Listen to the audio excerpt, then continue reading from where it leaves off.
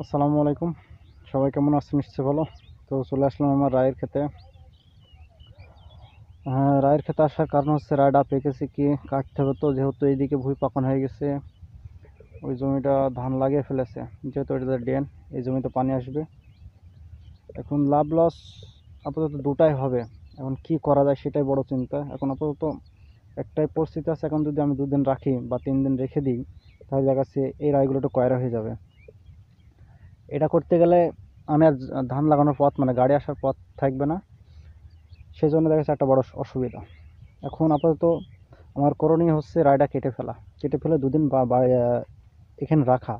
দেখা যাচ্ছে 3 দিন পর বা 4 দিন পর যদি আমি তুলি, তাহলে দেখা যাচ্ছে একটু কবিতর বসবে, কবিতরগুলো খেলাতে হবে। আর হচ্ছে লস লাভ বলতে এখানে লস লাভ দুটোই হবে। লাভ আপাতত কম হবে আমি যেটা মনে করি। লাভ কিভাবে কম হবে এটা সেখানে আপনারা দেখবেন যে যে রায়গুলো কয়রা হয়ে গেছে, মানে একেবারে কয়রা, কারণ পাখি ধরেনি, পাখি হয়নি, যে এই রায়গুলো কয়রা কেবলই এগুলো দানা হয়, কেবলই দেখা যাচ্ছে কালার কেবল আসছে। এই যে কেবলই কয়রা হয়ে উঠছে, এইগুলো কেবল যে কেবল লাল হয়ে আসছে, মানে রং ধারণ করেছে কেবল। আর যেগুলো সাদা আছে এগুলো তো কেবল কিছুই হয় না। এখন এগুলো মনে করেন এখন যদি আমি 3 দিন রাখি, তাহলে এর পরিপূর্ণ কালার আসবে। আশা করি আপাতটুকু না এইভাবে আমার লস লাভ হবে। দেখা যাচ্ছে যেখানে 5-6 মন রায় হওয়ার কথা, সেই জায়গায় দেখা যাচ্ছে আমার 3 মন হবে, বা এরকম শুকিয়ে যাবে, শুট হয়ে যাবে। যাই হোক, আপাতত লস লাভ, চাষে লস লাভ দেখতে গেলে কিছু করার নাই।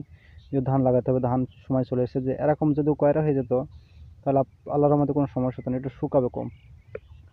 আর কীভাবে শুকাবে দেখা যাচ্ছে, আমি যদি 1 মন রায় মেলে সেই জায়গায় 5 কেজি হলে, যে লাল হয়ে গেছে ওগুলো 5 কেজি শর্ট হবে, বা 2 কেজি শর্ট হবে, বা খুব জোর 3 কেজি। কিন্তু যে পরিপূর্ণ সেভাবে কয়রা হয়ে যায়নি, ওইগুলোতে যে শুকায় 1 মনের মধ্যে প্রায় 10 কেজি শুকিয়ে যাবে। তো এছাড়া আর কিছুই, এটা হচ্ছে সবচেয়ে বড় ক্ষতি। যাই হোক, এখন কিছু করার নাই। তো আগামী দিনের মধ্যে দেখা 2 দিনের মধ্যে বা 1 দিনের ভেতরে রায়টা সম্পূর্ণ কেটে ফেলবো, এরকম চিন্তা ভাবনা আছে। আর যদি এরকম কালার হতো তাহলে কোনো সমস্যা হতো না। এরকম হলে কোনো সমস্যা হতো না। কিন্তু একেবারে 1 টাকার মধ্যে দেখা যাচ্ছে 8 আনা কাঁচা আছে, 8 আনা পেকে গেছে, এমন কিছু করার নাই। আল্লাহর রহমতে এভাবে চলবে।